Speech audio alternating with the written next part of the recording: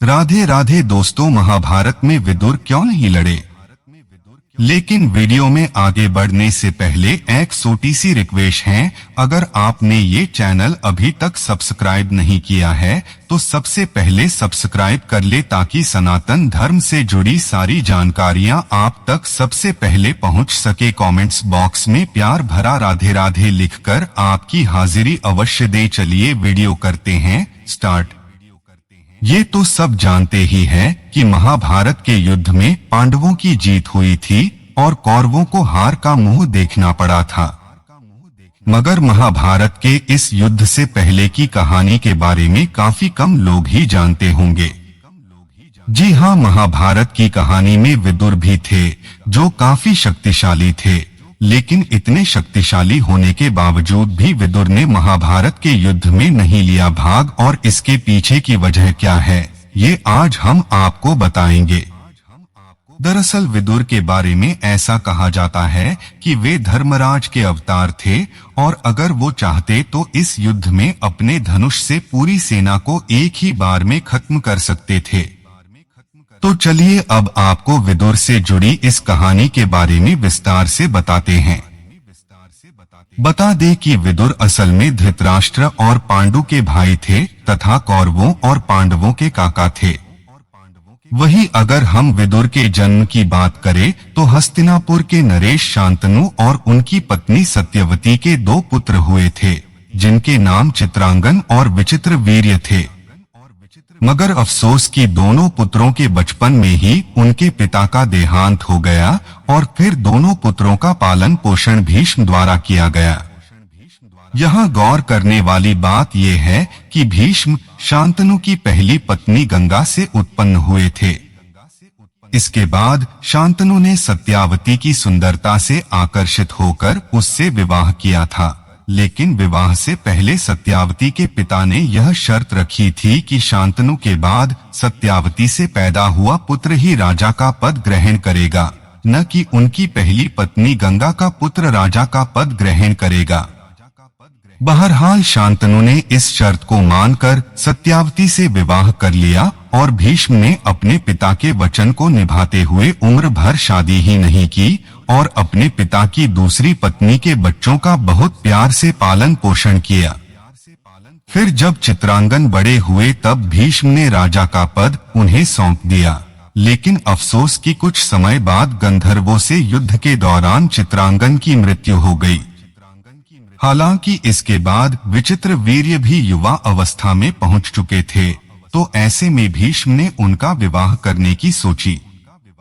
बता दे कि उसी समय काशीराज की 3 पुत्रियां अंबा, अंबिका और अंबालिका का स्वयंवर होने वाला था, तो ऐसे में भीष्म ने वहां जाकर सभी राजाओं को हरा दिया और काशीराज की तीनों पुत्रियों को हस्तिनापुर ले आए। हालांकि जब बड़ी कन्या अंबा ने भीष्म से कहा कि वह राजा शाल से प्रेम करती है, तब भीष्म ने उसे राजा के पास भेज दिया, लेकिन बाकी 2 कन्याओं का विवाह विचित्र वीर्य के साथ करवा दिया गया। मगर यहाँ दुख की बात यह है कि विचित्र वीर्य को क्षय रोग हो गया और इसके कारण उनकी मृत्यु हो गई। जी हाँ, तब तक विचित्र वीर्य की कोई संतान पैदा नहीं हुई थी, तो ऐसे में शांतनु की दूसरी पत्नी सत्यावती ने भीष्म से कहा कि वे विचित्र की पत्नियों से पुत्र उत्पन्न करे, लेकिन भीष्म ने अपने पिता का वचन तोड़ने से मना कर दिया। जिसके बाद सत्यावती ने अपने पुत्र वेदव्यास को याद किया, जो असल में सत्यावती और ऋषि पराशर के ही पुत्र थे। गौरतलब है कि वेदव्यास अपनी मां की आज्ञा का पालन करते हुए पुत्र उत्पत्ति के लिए तैयार हो गए और उन्होंने अंबिका तथा अंबालिका से 1 साल तक नियम व्रत का पालन करने के लिए कहा। फिर 1 साल के बाद वेदव्यास जी ने माता सत्यावती से कहा कि अंबिका तथा अंबालिका को एक-एक करके निर्वस्त्र होकर उनके सामने से गुजरना होगा, लेकिन दोनों को ऐसा करने में काफी असहजता महसूस हुई। जिसके बाद मां सत्यावती ने उन्हें समझाया और फिर वे दोनों ऐसा करने के लिए मान गई। बता दे कि जब वेदव्यास अंबिका के पास गए तब अंबिका ने अपने तेज नेत्र बंद कर लिए और फिर वेदव्यास जी ने कक्ष के बाहर आकर मां सत्यावती से कहा कि अंबिका को काफी तेजस्वी पुत्र प्राप्त होगा, लेकिन वह न होगा क्योंकि अंबिका ने अपने नेत्र बंद कर लिए थे। इसके बाद वेदव्यास छोटी रानी अंबालिका के पास गए तो ऐसे में वेदव्यास को देखकर अंबालिका काफी भयभीत हो गई। जिसके बाद वेदव्यास जी ने मां सत्यावती से कहा कि अंबालिका का पुत्र पांडु रोग से ग्रसित होगा।